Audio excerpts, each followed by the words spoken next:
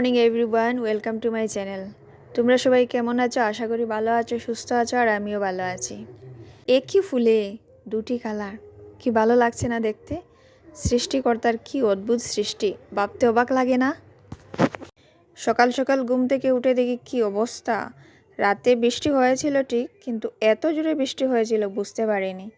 ঘুম থেকে উঠে দেখি বৃষ্টির জন্য টক পাতার গাছ পড়ে গেছে। এই গাছের পাতা একটু টক টক হয়, খেতে বেশ ভালো লাগে। একটা দুটো না, প্রায় প্রত্যেকটা গাছই পড়ে গেছে।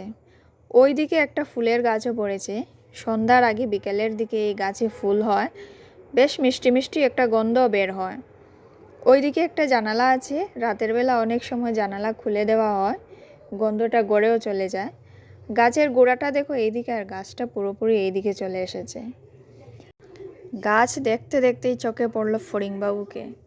ছোটোবেলার কথা মনে পড়ে গেল। ফড়িং দেখা মাত্রই ধরতে হবে, ধরে পাতা ছোটো ছোটো করে ওর মুখে দেওয়া হতো। ও যখন চাবাতো দেখতে ভীষণ ভালো লাগতো। বড় ফড়িং হলে সুতা দিয়ে বেঁধে রাখতাম। মা বাবা বলতো ফড়িংকে মারবে না, পাপ লাগবে। সেই বয়ে ফড়িং যদি মরে যায় সুতো দিয়ে হালকাভাবে বাঁধতাম। সুতো আমার হাতে থাকতো, ফড়িং চলে যেত। প্রত্যেকবারই এরকম হতো। তো ওই সব স্মৃতি মনে পড়ে যায়। ফড়িং দেখা মাত্রই ছোটোবেলার কথা মনে পড়ে গেল। কদিন থেকে প্ল্যান করছিলাম লাউয়ের বীজ লাগাবো, কিন্তু সময়ের অভাবে পারছিলাম না।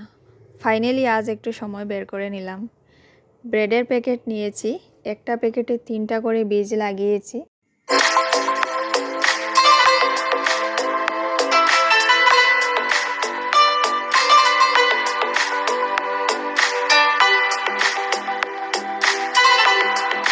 অতিরিক্ত জল যদি জমে থাকে বীজটা পচে যেতে পারে।